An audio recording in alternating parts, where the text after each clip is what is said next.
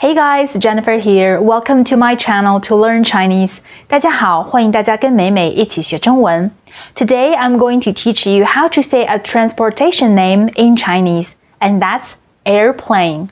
Airplane in Chinese is 飞机，飞机，飞机。Let's use 飞 to say 飞，飞。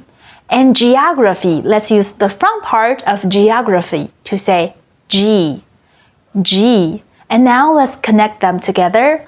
飞机，飞机，飞机。Yes, you are saying airplane in Chinese. Good job.